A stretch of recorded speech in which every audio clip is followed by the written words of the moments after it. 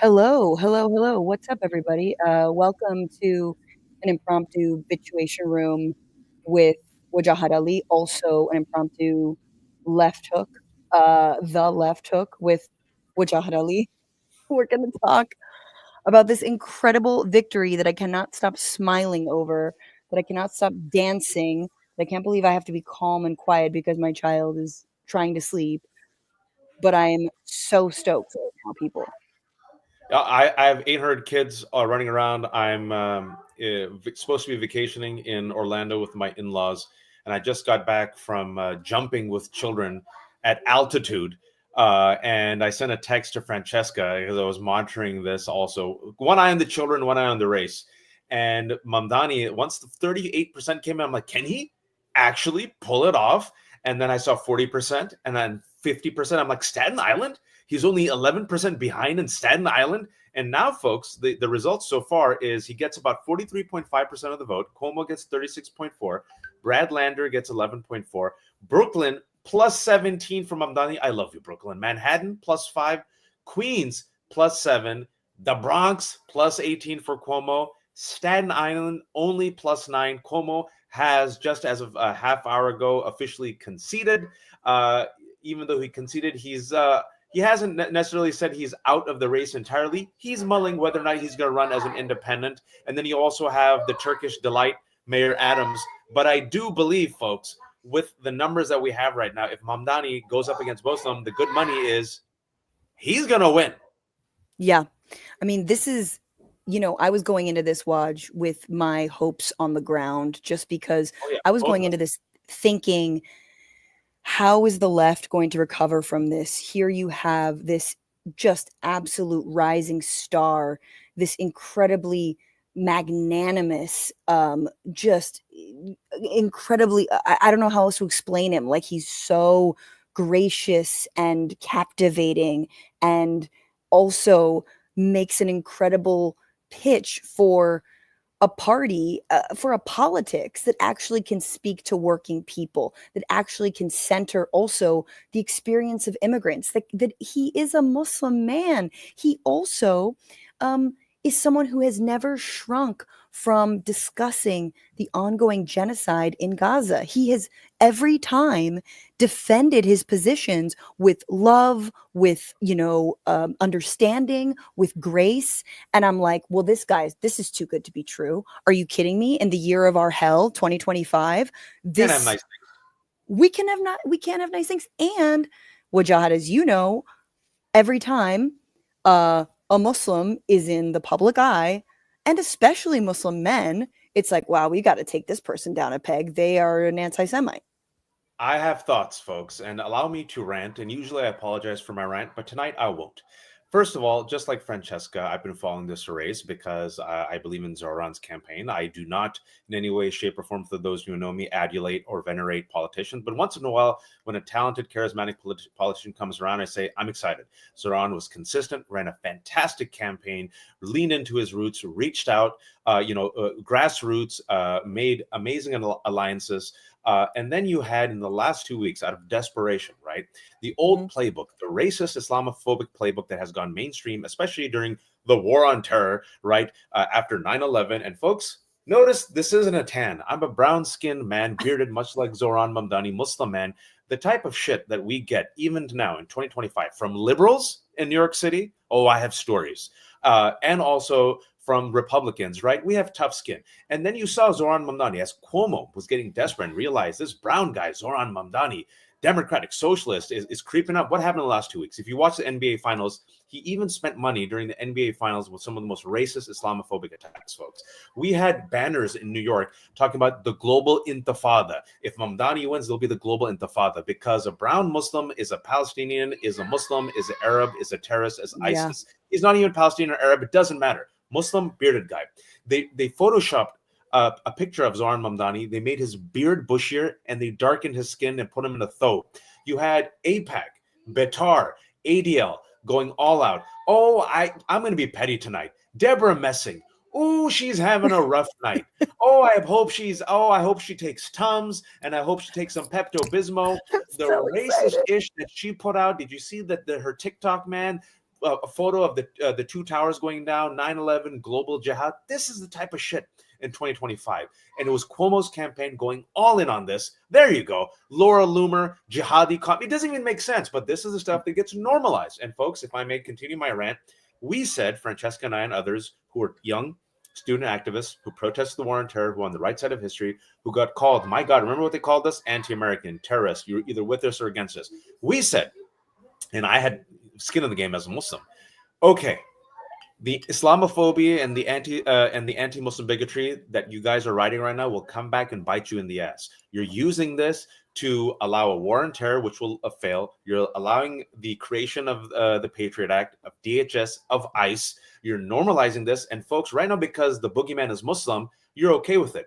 But what happens when ICE is used against you, when Patriot Act is used against you, and voila, I give you LA. So we're seeing the intersection, Francesca, of normalized Islamophobia in Gaza during the genocide, with the war in Iran right now, and what they did to Mamdani. And of course, Gaza is just obliterated. The war in Iran, God knows what will happen. But this, the fact that New Yorkers came together, and the last thing I'll say is the fact that it took this Avengers assemble moment, right? This is why I love New York. I love New York. Brad Lander, New York City comptroller, Jewish American man, cross-endorsed with Mamdani. Michael Blake, black man, cross-endorsed with Mamdani. And when I was looking at the numbers, and the numbers right now are 43.5% Zohran, 36.4% Andrew Cuomo, 11.3% Brad Lander. When I saw Brad Lander at 11 to 12%, I said, I think he's got it. Because even if he didn't get to the threshold, a Muslim and a Jew coming together to defeat a sexual predator, God bless America. Sorry for my rant. No, it's actually the most beautiful thing ever. And remember, when you giving us all this backstory of like why and how so much Islamophobia has been allowed to flourish, I do think the fact that this is happening in New York City, in the site of the, of ground zero, the ground zero of the Islamophobic, whatever Patriot Act attacks. I was there on 9/11. I was like starting, college on, September of 2001 in New York City. Wow. And like, this is just incredible. This is incredible. And there are people in the comments over on Instagram say, I worked the election today in Brooklyn. Turnout was crazy. More people showed up to vote in the 90-degree heat than voted in the last presidential election. 100-degree heat, Francesca, 100-degree heat. And it felt like 106. Yeah. I mean, this is the excitement, what is possible when you allow someone to be fully themselves, when they stop hedging, when they stop A/B testing, when they stop go like polling everything to fucking death, and they simply believe in something, right? They simply say, I believe in an affordable New York. I want free buses. I want community-run grocery stores. I want to freeze the rent. I want to add community safety to New York City. No more cops, community safety teams. And when he's pressed on the so-called hard issues, like, do you think Israel has a right to exist? He says, yes. But I also think, and he never even said but, he says, as a country that is compliant with international law, that is, democratic, and, that upholds international law. I mean, he basically said in no uncertain terms, it's not in the way it's existing. I mean, yes, it has a right to exist, but like, have you seen Israel lately? And he was able to say that again, articulated in this beautiful, in this compassionate, in this but real way. And Waj, we've been told for fucking 20 months that you cannot lead and you cannot be honest about foreign policy, and you cannot, from a leftist progressive perspective, really be honest about Gaza and really center humanity. We've been told that that's not going to win elections. People don't care about foreign policy, but it absolutely played into people throwing down with Mamdani, him being his honest, true self, and young people. 40% of the early vote, 40% of the early vote was people under 40. So, like, didn't work. It didn't work, folks. And Francesca's been on it. We had America Unhinged. We were on it with that show, the first 100 days of Trump administration. Beforehand, we kept telling the Democratic Party, you cannot ignore Gaza. You cannot ignore the genocide. It's a sustained legacy. a shameful legacy. And all those war hawks, we're going to talk about the establishment and how they failed. We're going to talk about that. But today, Antony Blinken, another war criminal, along with the other war criminals who allowed this genocide to happen under Biden administration, came out and said, well, Donald Trump, he made a mistake, but did he? He did the right thing with the strike to Iran. You saw the neocons get boners. Adam Kinzinger, David Frum showed his true colors, right? All showing their true colors. Ooh, we could bomb another Muslim country. So we'll align with Donald Trump for this. And oops, already that take has gone rotten, more rotten than milk in the New York 106-degree heat, folks, because they came out with their chest out, thumping their chest, right, to bomb Iran. And 2 days later, whoopsie, they didn't even finish doing that job. And so it's all connected because it was all intersecting with this Islamophobia and racism against Mamdani. And you had the entire establishment. You had Bill Clinton just reduce whatever was left of his diminished legacy to come out and go for Cuomo. You had Clyburn, 82-year-old, who's going to hang on to leadership like friggin' Charlton Heston held on to that rifle. You have to pry it from my cold dead hands, right? The CEO of Palantir, the company that friggin' publicly celebrates working with Israel to commit this genocide and now got the contract to essentially surveil Americans. You had the New York Times. You had this, on top of my head, you had Bloomberg. You had Lawrence Summers come out who say, Bill I don't know Ackman. much about New York economics, but I know Zohran Mamdani, the Democratic Social, will be bad. AIPAC, ADL, Batar, Global Intifada, death threats against him. And the people said, F you, F your racism. We don't care. It's not going to be enough. And I'll be honest with you, Francesca. I wanted him to win. I thought he might win, but I did like a Jedi mind trick over myself and said, there's no way he's going to win because I could not take it. I was like, there's no way. The establishment has put all of its cannons literally at Zohran Mamdani. Yes. Not against Trump, right? Hakeem Jeffries, Schumer, no. Mouse farts. All against Mamdani. And he still won. I know. And this is Mamdani today, which is why I think it's historic. I think it's a seismic shift. Historic. It's seismic. It's historic. It has massive implications for national politics. What you just said, let's pick up from that, from Clyburn and Clinton, right?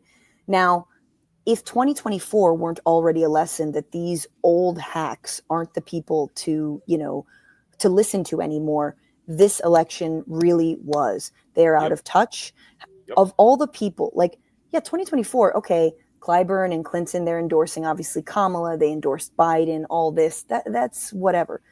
But Andrew Cuomo, a man who allowed your grandmother and grandfather to die from COVID and then covered it up, sent people back into their nursing homes to get others infected, a man who's got 13 sexual harassment accusations from 13 different women, a man who consistently worked with Republicans to stymie and thwart any progress in New York State, which is the reason New York Democrats were where they were. This is a sea change for them. And again, when you mention LA, I mean, I'm looking at we're on the other side of the mirror. We're in the sunken place. We are in the fucking sunken place. We are under attack. People are getting picked up on every fucking street corner, and our mayor is not doing shit about it. Now, I'm not saying that if Mayor Mamdani could stop ICE, stop the NYPD from working, we don't know. This is a long slog, but what we've proven tonight and today, and what every single person who knocked doors, 1.5 million doors, who made calls, is that people power and a message, and that is captivating, that people power can still overcome the fucking money, the establishment, and our own establishment. Forget Republican establishment, our own establishment. And so it's from a pragmatic, from a strategic, from a moral, from a political standpoint, Mamdani's a win. Zohran's a win for everything involved. Huge. It reminds me of in few times in my life, the seismic wins. Obama, seismic win. Trump, for all the worst reasons. AOC. And Mamdani. Why? Because New York City, folks, I love New York City. New York City is a city. New York City, New York City represents so much of America, right? New York City is a city that got attacked on 9/11. When New York City got attacked, all of New Yorkers rallied, but not just New Yorkers rallied, America rallied behind New York City. So much of the world rallied behind New York City. And New York City is also the hub of power, of Wall Street, of money, of the 1%. And boy, oh boy, some folks, and I say some folks because, and it's very You have to important. go lay down the law. So many Jewish, no, the kiddos are having fun. I just don't want to bother you and your audience. If it's too loud, No. folks, let me know. We have wildlings. We have like my kids and all their cousins. But so many Jewish Americans came out and voted for Mamdani. I hate this binary. Lander, again, New York City comptroller, got arrested last week, right? For demanding ICE agents show a federal warrant. He cross-endorsed, right? But then you got folks also like these insane pro-Israel right-wing bigots who are also using the right-wing and Christian nationalists and MAGA to crush, and you know this, Francis, let's be honest about it, to crush anything and everything that is pro-Palestinian, including Columbia University, including Mahmoud Khalil, including pro-Palestinian activists, students, actors, writers. We all know. We've seen it for the past year and a half. And they are now combining all their superpowers to go against Mamdani. And Mamdani, going back full circle to what he said, he could have been an Elisa Slotkin, the centrist, that Democrat establishment. Yes. We're going to promote Elisa Slotkin, who's going to use right-wing framing and attack the woke. We're going to use Hakeem Jeffries, who's so useless and pathetic. And Francesca and I have been on this for a while. I said, this guy is not made for this moment. I've been saying it for a while. Yesterday, when given a chance, freaking softball down the middle. A majority of Americans are against the war in Iran.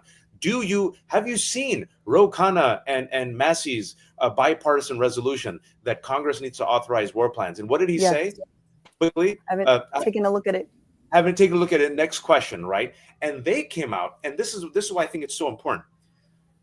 With all that being said, with the fact that Kamala Harris lost, with the fact that Donald Trump is in the gutter, and they haven't been able to even effectively message on an anti-war platform, which literally they'll win over Tucker Carlson and Marjorie Taylor Greene and Steve Bannon. They said, you know what? We're going to spend all our time destroying this Zohran Mamdani, democratic socialist. And this was his platform. Someone just wrote it. Karen Ho wrote this on Blue Sky. This is surprisingly effective things that Zohran Mamdani ran on. Free buses, rent freeze, halal card for $8 instead of 10, taxing the 1%, no cost childcare, city-owned grocery stores, a Department of Community Safety for mental health programs, building affordable housing, and why Cuomo sucks. And they said, nope, we're willing to burn down our base and do an FU to future generations, and we will invest all of our equity, whatever equity we have left, Clyburn's equity, Summer's equity, Clinton's equity, in destroying this man. That's what they decided to do. And Mamdani and the base came out and said, FU, which is why I think there are a lot of people crying tonight, Francesca. Yeah, and all the right people are crying. And you know what? The timing was so perfect. Because I think you're right. In the last 2 weeks, Zohran started surging like a month. He was on Situation Room. He was on America Unhinged. He was doing every podcast. He was, fully hit the independent media circuit completely, was so gracious with his time, took that very seriously. And then about a month ago, it was like, oh shit, he's really surging. And there was some polling that started to come out that showed that he was leading Cuomo. And then 2 weeks ago, and very much like a week ago, the walls started closing in terms of the attack ads and all this. And we thought, we can't have nice things. And especially we can't have nice things if those things are happening to me Muslim, can't have that. Now, if you're just joining us, Mamdani, Mahmoud, is his father, who's amazing. Zohran Mamdani has gotten 43.5% of the vote, 92% counting. This is first round pick. Cuomo has 36.4% and conceded to Mamdani just about an hour ago or less. Conceded. Now, we don't know if that means he's going to run in the general. I have my suspicions he will, but does he want to lose again? Who knows? Brad Lander, as Waj mentioned a little bit ago, 11.3%. But mind you that then after this, because no one's reached over 50%, of course, which would have been insane, but 43.5 is pretty damn good for Zohran. Wow. They're going to go to everyone's number 2 pick. Now, if a bunch of people's number 2 pick is Cuomo, obviously that changes, but Cuomo's conceded for a fucking reason. He knows that the Lander endorsement, the don't rank Cuomo, whatever, the momentum is behind Mamdani. He's going to be the Democratic primary contender. And he's going to go up against a Republican who is it again? I don't fucking know. Uh, Eric Adams, disgraced ass Eric Adams, and perhaps an Andrew Cuomo who's going to come through with a party, a new party fabricated out of thin air. Because I think it will be called, what's that Ezra Klein and Derek Thompson book? What is it called? The the book, the new part, the movement that they love. the third way. No, it's not the third way. They had this abundance. Thank you, Last Gen Sports and Flash Gordon. They had the abundance movement. They had Matt Iglesias. Yeah, I'm not making this up. Go check it out. Look at the abundance conference. I would not be surprised if it's the abundance party. Yeah. Meanwhile, thanks all. Sorry, it's late here. I'm with like 800 kids, but thank you. That's clutch. Francesca's audience, a sharp one. Yeah. No. We're here. They help me out all the time, and I just want to like shout out. What's up, Mark Boyd on YouTube? Bring back America Unhinged. And Vic Droid said this. Honestly, AOC and Bernie can take some notes on how he handled those questions. And here's when Vic Droid is basically referencing the questions about, does Israel have a right to exist? The questions about, what does global intifada mean? Now, as someone who literally used to work with a newspaper, a magazine called Left Turn, Notes from the Global Intifada, I could tell you global intifada means global revolution. That's what it means. It does not mean death to Jews. It means resistance. It means a shaking off of oppression, of colonialism. And instead of walking away saying, oh, well, I never really said that, or I don't really believe in that, or of course they have a right to exist. And, there's a right way and a wrong way to resist. And, I condemn everything that happened. Instead of answering which country would you first visit, because that's what he was asked in one of these, debates, which country are you going to visit as mayor of New York? And he was like, I serve New Yorkers. And he consistently said, what is happening in Gaza is I think he didn't say genocide, but he said humanitarian catastrophe, a war of, what was the wording that he said? But like, he was blunt. He was blunt about what's He happening. was blunt. And he did it with full of empathy. He was not searching for the words. He wasn't scared to say what it was. And then he ends it with a smile. And I think, you know what? This is the power also of actually electing people who come from different backgrounds. He's from Uganda. He is Muslim. His father, Mahmoud Mamdani, wrote this incredible, pivotal book in the year 2003, right in the run-up to the Iraq War, called Good Muslim, Bad Muslim. And I read it as a non-Muslim, learning about the Middle East, learning about how American Muslims are treated. And the basic premise is Muslims in America are constantly made to answer for every terrorist, for every anti-Semite, for everything that is being said. And the good Muslims are always the ones who are not religious. If you're religious, if you pray, if you practice, if you go to mosque, that's very dangerous. That's, dangerous Muslim. Exactly. Dangerous Muslim. You're the bad Muslim, right? Because the right Muslims are the ones who are super westernized and have left all that behind. Yeah, exactly. And you're just like, you have to understand how, like, AOC brings so much experience because of her own being a bartender, being Latina, being Puerto Rican, being from New York, from the Bronx. But like, New York is an immigrant fucking community. That's and right. Like, having the first Muslim mayor, holy shit, you got, like, holy shit, that is exciting. And again, like, I say this just as someone who's like, that's the richness that is brought. That is the ease at which he can speak, because he is Muslim, because he knows people. He knows, like, people who've been affected, because he's been affected his entire life. And he doesn't, and he's just very easeful with it. Like, this is what it is. I can just say this. And also, the good Muslim, bad Muslim, I think it's very important. Just, his father wrote this book. I recommend people reading it, and he probably wrote it for his son without realizing it, because Mamdani had to go through the gauntlet of good Muslim, bad Muslim. And look at the double standards at play. The Islamophobia is present in the questioning. Who else gets asked these questions? If Narendra Modi was to visit, will you come? Like, what mother effer? Why are you asking him that question, right?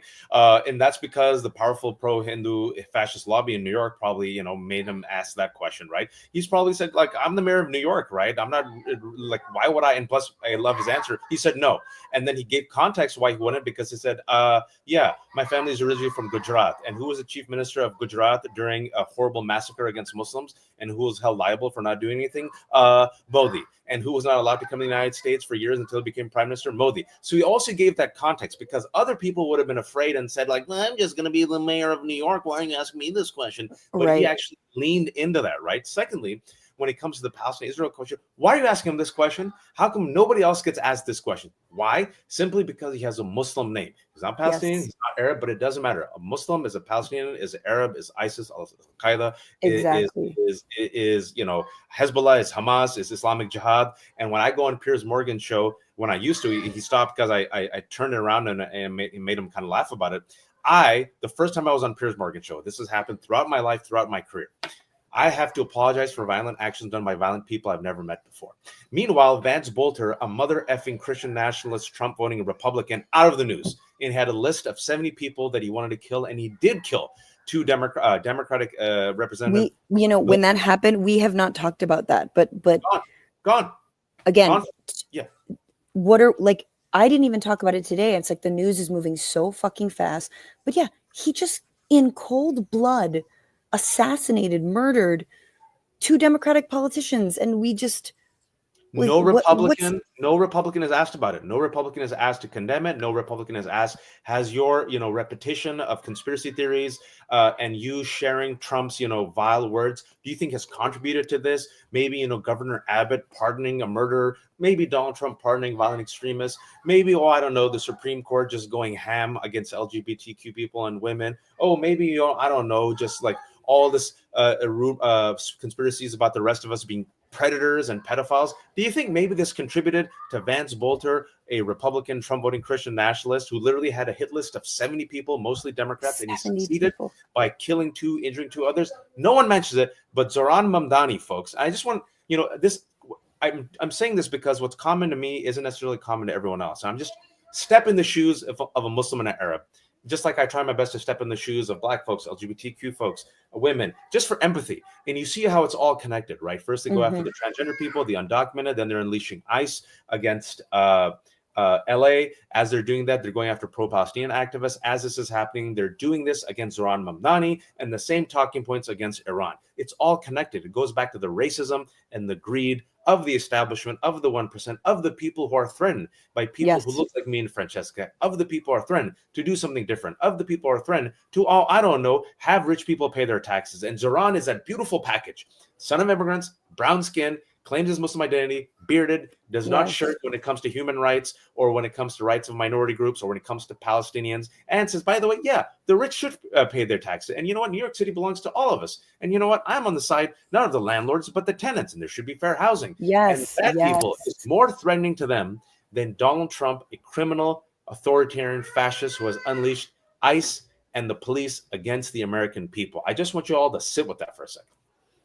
I mean, and this is the other thing, is that this is a shot across the bow at the Democratic Party to say, look, this is your energy. You want a movement like MAGA? You want the fucking Joe Rogan of the left? Like, stop killing every single chance you get. Stop sabotaging Bernie Sanders. Stop, sabotaging the, squad members. And you know what else? I think this is really key. And we're going to see what happens in November, because Eric Adams is going to be running. He's also going to be getting a lot of foreign money. He's going to be getting a lot of Israeli money, Israeli lobby money. So is Cuomo. Cuomo has already gotten a lot of Israeli lobby money, including billionaire money, including Bill Ackman money, Bloomberg money. And, they are, I don't know why, because it's not like New York City policies impact Israel-Palestine.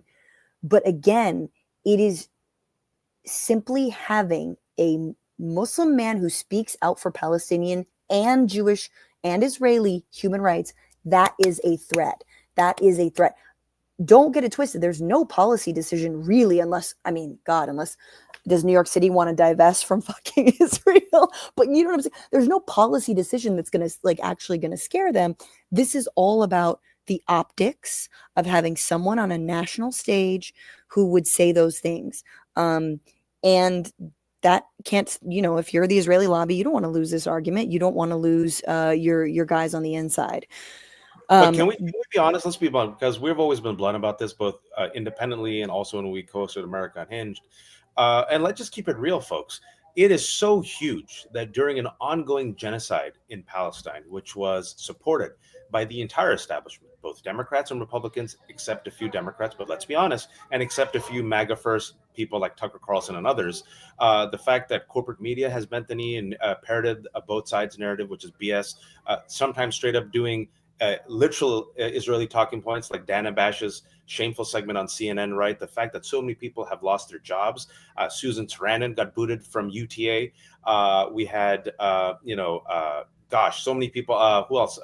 Melissa Barrera, the friggin' face of the Scream franchise. What was Rachel her crimes? Ziegler. Yeah. Ziegler, like so many, go down the list, so many educators, the fact that Columbia University bent the knee, the fact that they went after the scalp of Claudine Gay, the fact that, you know, in law firms, I mean, we know, folks, every single industry, right? I have so many friends who are partners in firms said, man, I can't say anything, right? And the entire establishment threw its entire weight behind this genocide, even though the majority said we're done with this. And the fact in New York City, 24 years ago was the victim of the 9/11 terror attacks done by 19 foreign hijackers. And there is a war in Iran with all the same neocon hawks coming out with their war boners, even though they're rhinos and anti-Trumpers. Doesn't matter. When it comes to bombing in the Middle East, they get that war boner again, right? All of this is happening. And New York said, we'll go with Mamdani. I mean, I just want people to sit with it for a second and just bring it back, because there's 1,000 people watching on my Substack, a whole bunch of people watching on YouTube. We've been speaking for the past 30 minutes. For those who have missed our conversation, we're going to have it all up once it's done. But the fact that Clinton came out, Clyburn came out, Lawrence Summers came out, New York Times, Palantir, Bloomberg, they all came out against Mamdani, and it still wasn't enough.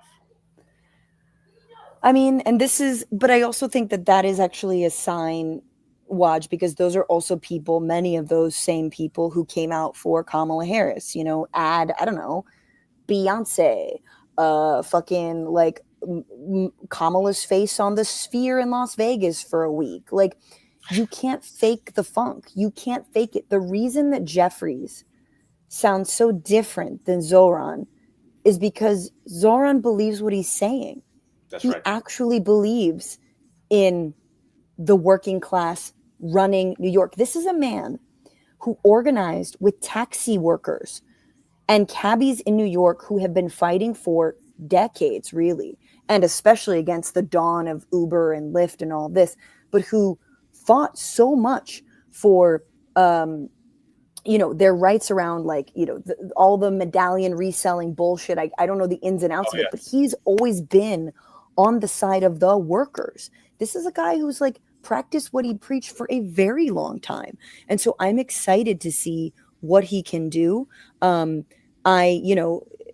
Look, he's 33. I mean, that's the other thing. But like, people don't vote for a 33-year-old assemblyman if they don't see promise in that, if they don't see hope in someone like that, and if they don't see a guy that they kind of want to hang out with. And that's why I have to play his rap. Oh, let's do it.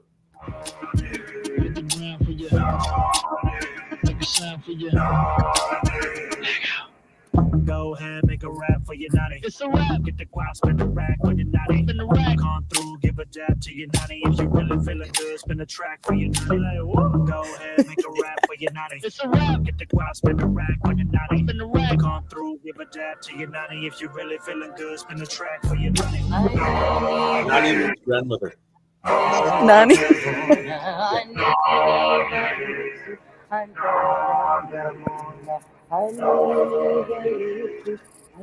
This is amazing. Nani is your maternal grandmother, and also people don't realize, and I'm glad he didn't play this up. His mother is Mira Nair, the director who made Mississippi Masala and Salam Bombay, and also a Monsoon Wedding. And so that's his mom. And, Oh. yeah, Mira Nair is his mom, and his She father made is. Monsoon Wedding. I'm so much more into Mahmoud Mamdani, but I did love Monsoon Wedding. That was Yeah, great. and her earlier work is the best. Salam Bombay, Mississippi Masala is very good. And so he's a New Yorker through and through. He makes that's a New York video. If you've gone to New York, walk the streets of New York, that's a New York video.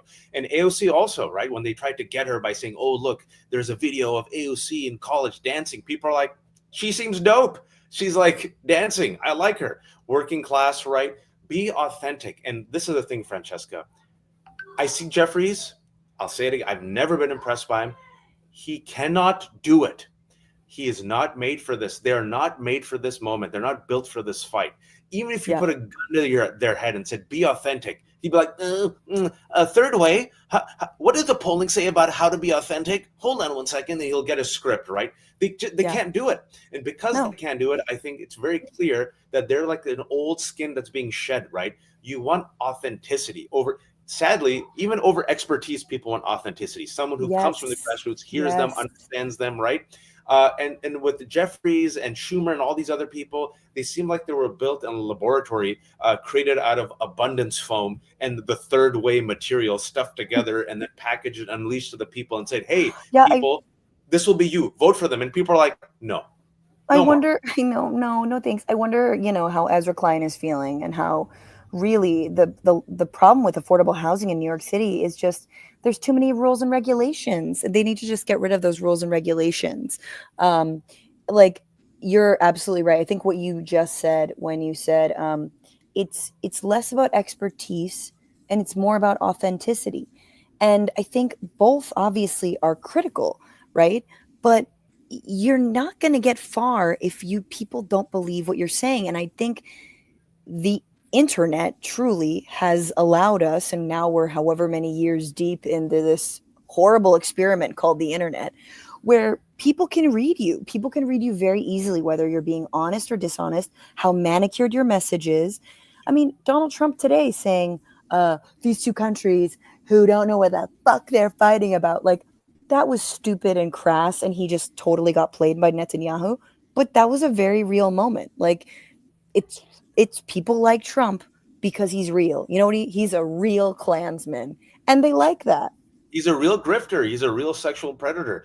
And that was him being like unfiltered, and his base loved it. Now, obviously, behind that, you're an idiot. You got played. You have no idea what you're doing. You got dogwalked by Netanyahu, and we should laugh at you because you trusted your vibes instead of actual intelligence.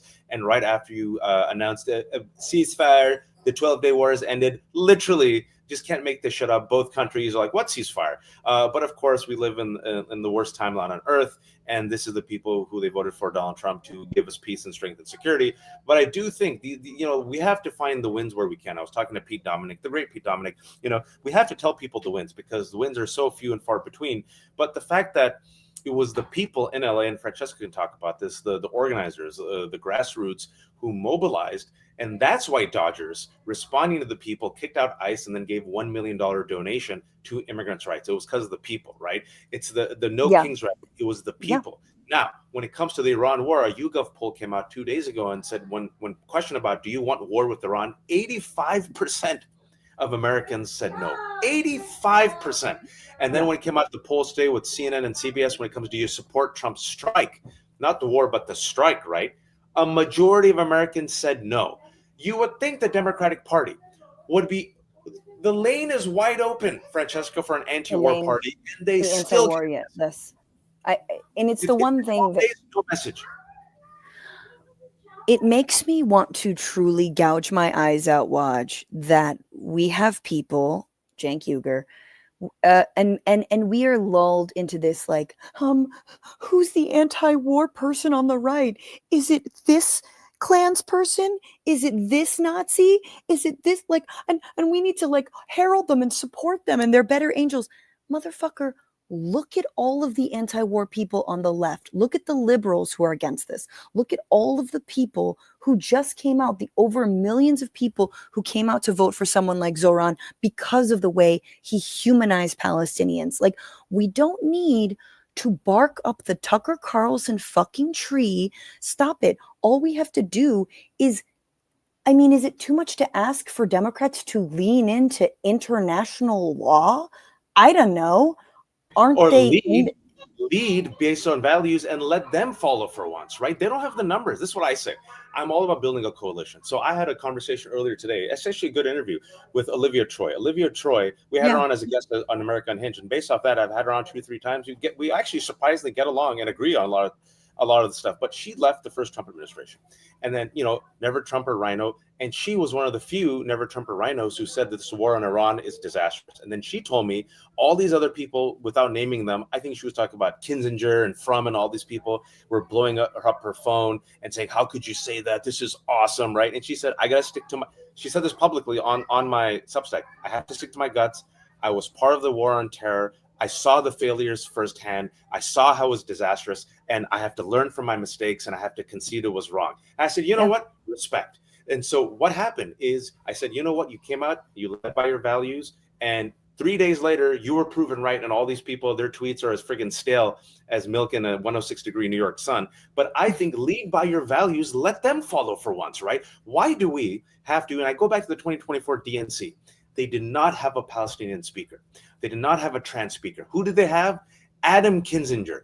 Who did they have? Leon Panetta. Maybe if we completely contort ourselves, adopt right-wing talking points, throw the woke, which is all of us, under the bus, maybe Chet will vote for us. And instead, Chet's like, no, I think you're pedophiles. I'm going to vote for Donald Trump. And meanwhile, Latoya, who's your strongest voter, said, F you, I'm going to stay at home. Ahmed said, I'm going to stay at home. Francesca said, fine, I'll vote for Kamala. I said, lesser of two evils, vote for Kamala, right? And so instead of contorting your body to win over Joe Walsh, I've interviewed him before, let Joe Walsh come to us, right? Oh, God. And they could contort themselves over their like Islamophobia and their anti-war boners and like, I really want to bomb Iran and Muslims, but it is really hard, like it is hard when your media is so dominated by your Dana Bashes and your Jake Tappers. I know that MSNBC has actually not been as horrible, but CNN has been truly beating the drums of war. And, folks like us are in our living room / on vacation. I'm like, and I'm not trying to say like it should be us, but this is where my kids are sleeping. Oh God, I'm trying my best, folks. But I do think that there's something to be said about the mainstream news fails Americans, and it fails to make the connection for people. And I think that one place you're seeing a little bit of a change, if I'm doing a media critique, is Pod Save America. Pod Save America is starting to have more progressive voices on. They had Hassan Piker on, and their audience was like, wait, where has this guy been all my life? He's making a lot of sense. Because all Pod Save bros do, really, I mean, I saw them when all these senators were confirming Trump nominees, they just have them on and they glaze the shit out of them and they don't ask them hard questions. And so this is the problem also with the Democratic Party. I had represented Yasmin Ansari, who is Iranian American, actually. She was on my show talking about her visit to El Salvador when Kilmar Abrego Garcia was there. And it was a really interesting discussion. It was great. She talked to me about, ICE operating over in Arizona. And then I asked her about Gaza. I was like, okay, so I see that you actually have taken money from Democratic Friends of Israel, like this Israeli lobbyist group. And she completely froze up on me and gave me sort of these talking points. And I pushed back and I was like, those are kind of talking points. And then her people got really pissed at me. Her people got super pissed that I even asked the question. And granted, I didn't tell them I was going to ask it, but I also just looked into her, who she was receiving money from. Now, the question is, will this representative ever come back on my show? You should come back on shows that are going to ask you hard questions. Ro Khanna, I don't always agree with him on many things, but you got to give that man credit. He goes back on, progressive shows that are, they beat the shit out of him. And we drag him and he's a masochist and he comes back. But we try to be fair.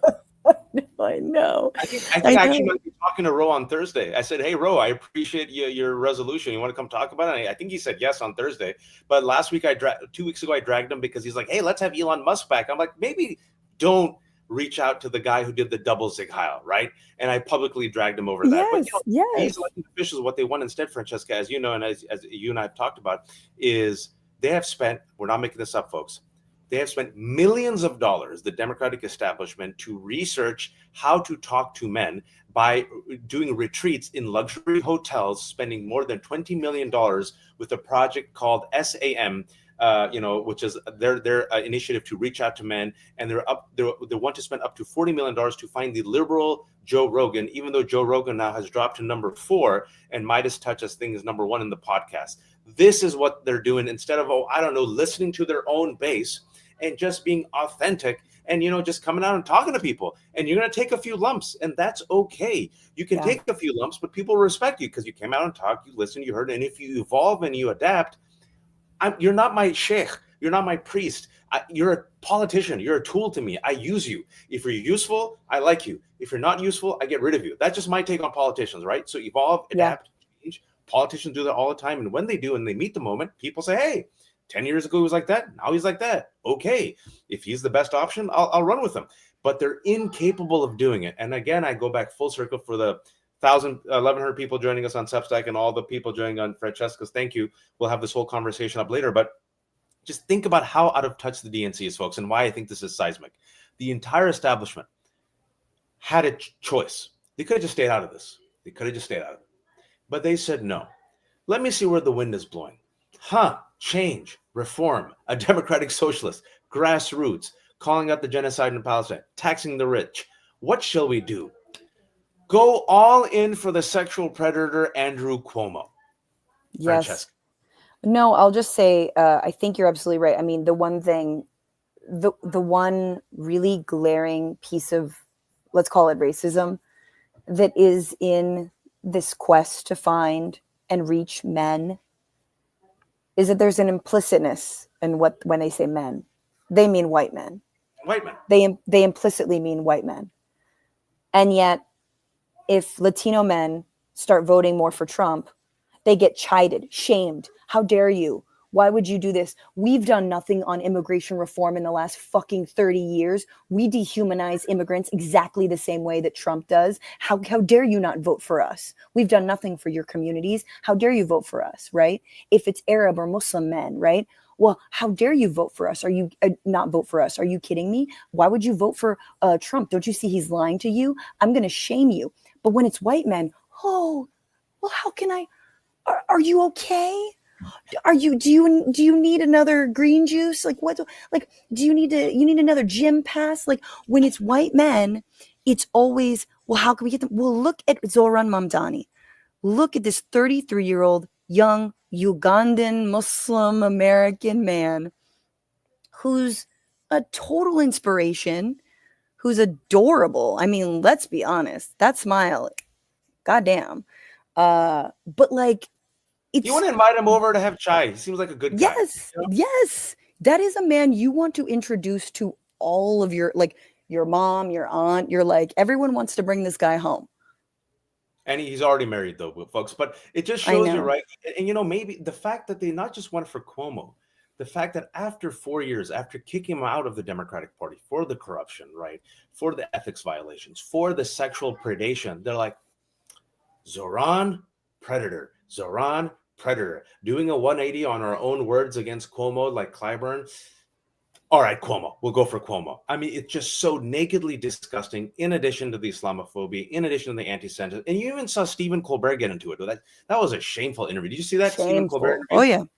I mean, just like, why, bro? Like, even like just doubling down. And then like, why? Why would you ask Zohran that, of all people, right? And just like, well, some people are like, why do you always have to like... But he also said, no violence, right? Do you agree no violence? You're like, what are you asking? What are you talking about? Bad faith question. Why do we always elevate bad faith questions from bad faith people? We don't elevate, the position of the majority.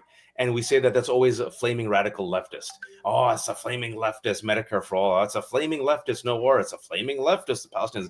But some aggrieved folks who are privileged, mostly white and or who are powerful, let's uplift their talking point against the woke. And let's uplift their racist talking point and the double standard against Mamdani. And let's have you now essentially let's have an inquisition of you in public, and let's see how you answer, and let's parse every word, and let's see if you say anything, dare I think, is anti-Semitic. But then Donald Trump can literally promote anti-Semitic conspiracy theories and, have Elon Musk, who does a double Sig Heil, and, sit with Nick Fuentes, and a pass, Francesca. It makes me so pissed off. Well, I mean, and I think, again, to your point, in this week of political violence where, Democratic lawmakers I'm now blanking on exactly where because I was on vacation when this fucking happened in Minnesota. Yes, of course, Tim Walz came out to speak. Democratic lawmakers in Minnesota were lined up and 2 of them were murdered. Like, along with their families, how many people did they kill? Like their spouses? Well, it was so bad that Vance Bolter visited 4 homes. Thank God in the 2 homes, those Democratic lawmakers weren't there. He visits the home, if I remember, of Melissa Hoffman and her husband. They get killed. And then of another state representative and his wife, Yvette. And the wife, Yvette, said, how is this story out of the news?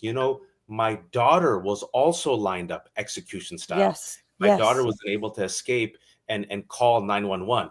Could you imagine, folks, if this was, I don't know, a Muslim, a Black person, an immigrant, or a liberal who had done this to a Republican? It would be in the news. It is out of the news, folks. Out of the news. It is out of the news. No, and this is what I'm trying to say is like, this is not a dry run of authoritarianism. Nope. I think I saw someone say January 6th wasn't the end. It was the beginning. Yep. We are fully in it. And if we don't start getting serious about taking this kind of, obviously, political violence seriously, but moreover, deprogramming the insane people, and you deprogram them with better ideas. You don't deprogram them with the same old. And again, I'm not trying to say we like reach out to the fucking crazy militia terrorists. No. I'm just saying, like, we have so much work to do. We need to be putting up new ideas, but new ideas that are really old ideas. Just speak to the people. And so this win is so critical. And like I said, like I was trying to just think through how we were going to, as the progressive left, deal with such a loss as like, as Mamdani, despite the energy, despite everything. And thinking like, well, we're just still in the hell and I don't know. And it's just what par for the course. And now I'm like, okay, we have a fucking fighting chance. And That's and right. I say we, and we're not in New York. I'm in LA, you're in DC. Like, we have a fighting chance here, and there's going to be no breaks until November, because Cuomo will regroup. Cuomo will likely run independent. There will be even more money behind him. There will be even more coalescing behind him. Who knows whether Adams will, get some sort of villa in Turkey and drop out of the fucking race in order to endorse Cuomo, right? Like, who knows? All the stops are going to be put out. Who knows the smear campaigns that are coming? Absolutely. All of this is coming, but you cannot, what we've proven and what progressives and leftists and all the hardworking folks in this campaign have proven is that people power can still win, that we can still vote our hopes. And let's not get it twisted. Ranked choice voting absolutely played a role in this. Although if it wasn't, Mamdani would also have won, because that would have been like 43% of the fucking. but ranked voting was important. We've been going for an hour. Thank you so much. Thanks for Francesca for joining. I text her always. She goes, I'm so tired. Okay, fine. And I really appreciate you all tuning into her show. But last thing I'll say before I shamelessly promote Francesca is exactly what you said, Francesca. This isn't over. And my fear and my prediction is, and I hope I'm wrong, I hope some people have learned the lesson, but based on what I just seen the past week, based on what I've seen just in New York, the reporting, they're already saying, what about the global intifada? These were some New York reporters, folks, and commentators, right? They're going to go 10 toes down on the smearing, the racism, the Islamophobia, the critique, the labeling of anti-Semitism, right? They're going to unleash hell. The Democrats, instead of taking on Donald Trump, are going to spend all of their money on the DL going against Zohran and Mamdani. Wall Street's going to go after him. AIPAC's going to go after him. All these Democrats who feel snubbed are going to go after him. This isn't over. Palantir CEO is going to go after him. They're like, over Charlton Heston, over my dead body, right? They are not sleeping tonight, which is the best. All the worst people on earth are crying right now. And not tears of joy, but tears of sadness and fear. They're terrified of a brown man who's young, who actually wants to help the people. And all the people who've united against Zohran Mamdani, those are the baddies. Sorry to say. You want to know who the bad guys are? It's them. And I include Clinton. Clinton, you're done. And I include the Clyburns. I'm sorry. The establishment is going to come out. So the people have to stay united. They're going to do smear campaigns. They're going to spend money. They're going to do cracks. They're going to go against coalitions, divide and conquer against culture. Mamdani hates blacks. He hates Latinos. He hates the gays. You got to stand united. And if you stand united, and if Mamdani can be the mayor of New York City, one of the greatest cities on earth, my God, man. Who's the mayor of London? They did the same thing against Sadiq Khan. They love him, though, right? If you could have Sadiq Khan, the son of immigrants, Muslim brown guy, and Mamdani, mayor of London and New York City during rampant Islamophobia, hate against immigrants, hate against refugees. My God, what a statement, especially a guy who's not part of the establishment. So I say, take a rest, enjoy the wins, but we got to keep fighting. And these wins are huge. The win, Wisconsin double-digit win, despite Elon's $20 million. This win, the wins that are happening in some of the court cases, not the Supreme Court. And, let's see how this plays out tomorrow. But we got to, folks, it's going to be in it. And for people who are seeing me, hi, I am Wajahat Ali. I used to co-host America Unhinged. That's Wajahat Ali. I do get mistaken for Sanjay Gupta. I have been mistaken for Hassan Minhaj. I have been mistaken also for Mehdi Hassan, but I am just a Wajahat Ali. Some people call me the Timu Brown guy. That's fine. I say I'm Jason Statham of Browns. When you want Mehdi, Mel Nanjiani and Hassan Minhaj, but you can't get them, you get me, and I always deliver. That's not true. That's not true. That's not true. You're not. There's nothing Timu about Waj. The guy who everybody, people with a refined taste, they're like, Waj, I like him. I'm the independent version, but that's fine. Timu is not for the refined. Okay, you're like, what's another brand? I don't know. Jason brand. Statham of Browns, beekeeper. Oh, Jason. Okay, that's fine. Jason Statham of Browns works. Thank you, Leith, by the way, for your super chat. Thanks for all the super chats. Thanks for all your comments. Waj has got a bounce, and I'm streaming on his left hook. Gave you a $99. Goddess of Gloom. Thank you so much. Wow. And if I may share this promotion, Francesca has a Substack. Please subscribe to the Substack. If you aren't a subscriber to her fantastic show, click the bell right now. All the super chatters who've given money, there's an option to give a donation to Francesca right now. She's independent. It's the one with the $sign. You can give a tip. I'm at the Left Hook Substack, the lefthook.substack.com. I'm not an idiot, but I am a fool. I've kept everything for free, no paywalls. You pay what you can. I'm like Blanche Dubois. I depend on the kindness of strangers. And tomorrow at 1 p.m. Eastern Time, I have the fantastic Kat Abu Ghazaleh joining me. And at 12 p.m. Eastern Time, I have Eddie Glaude. And we were supposed to. You have to connect me with Eddie because I've been trying to get Eddie on my show. I'll do it tonight. He's great. And Eddie's blunt as hell. At Princeton, tenured, he doesn't give any F. And I think, and then Monday and Friday, 12 p.m. Eastern Time, I co-host Democracy Ish with Danielle Moody. Yes. I'm gonna boot you, and I'm gonna stop streaming. But thank you so much. And I'm just gonna hang on for just like a moment longer. I'm gonna see if I. Okay, thank you guys so much. For being here. I've streamed so much this week. It's insane, but I appreciate y'all. This has been super, super fun. Thank you to the Vanguard for your super chat. Thank you to Rachel Atwood, of course. Thanks to Mikey3343. Yes, a war boner is the worst kind of boner. I really hate saying the word boner, although apparently I have a hate boner for some people. Felipe Cortez. Yes, the Max Left one. And here's just a couple words before I leave that I really want to mention. If Mahmoud, I keep on calling him his dad's name, if Zohran becomes the mayor, inshallah, we must all say inshallah, if Zohran becomes the next mayor of New York, he is going to be smeared, crushed, slandered. Every move that he makes when he tries to create a public safety force that can de-escalate situations instead of doing what the cops do currently in New York City, right? Instead of adding more cops to the subway system, right? Instead of heralding the vigilante murders of someone like, like of what that fucking Daniel Penny, that fuck did, right? Instead of that, you're going to see a new politics being put forward. Hey, what if we had empathy? Hey, what if we treated unhoused people with dignity? What if we made housing affordable? What if we had intervention before the cops? And you're going to see many a pundit shit all over that strategy.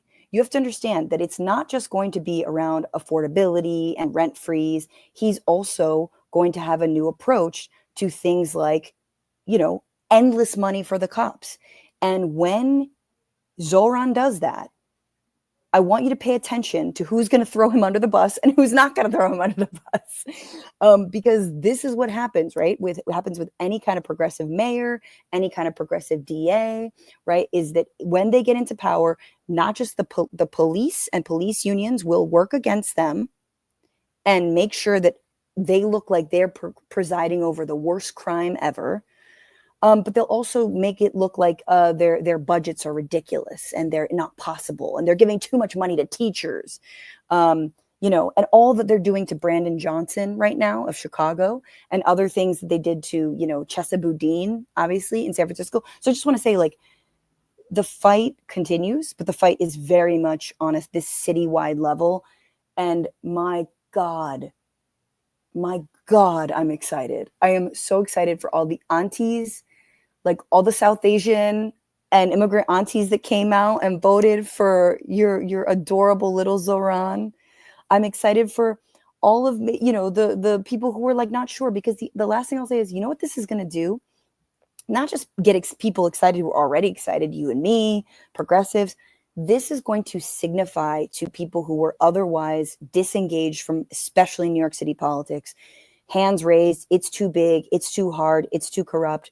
This is a signifier. This is a sign that actually we can dare to hope, that you can get involved, that you can actually make change. And that's the biggest thing. Momentum cannot be faked. And there is massive momentum right now. So just remember that as we continue on. And I appreciate everyone who has been here and tuning in. Thank you for your very, very generous super chats. I'm sorry. I like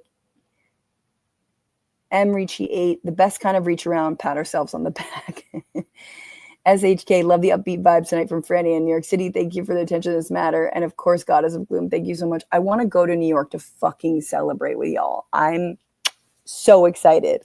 I am so excited. The memes are crazy. The memes are like insane right now, y'all. I just saw someone posting like there's going to be Sharia law in New York. Sorry about it. Like that shit is just funny. George Santos is losing his mind, as if anyone cares what George fucking Santos has to say about New York City. But you guys did it. I'm so excited. And congrats to obviously also Brad Lander. I mean, I think Brad Lander campaigning with Zohran was incredible, but it was the candidate, man. Last time around, the candidates all kind of failed one after another.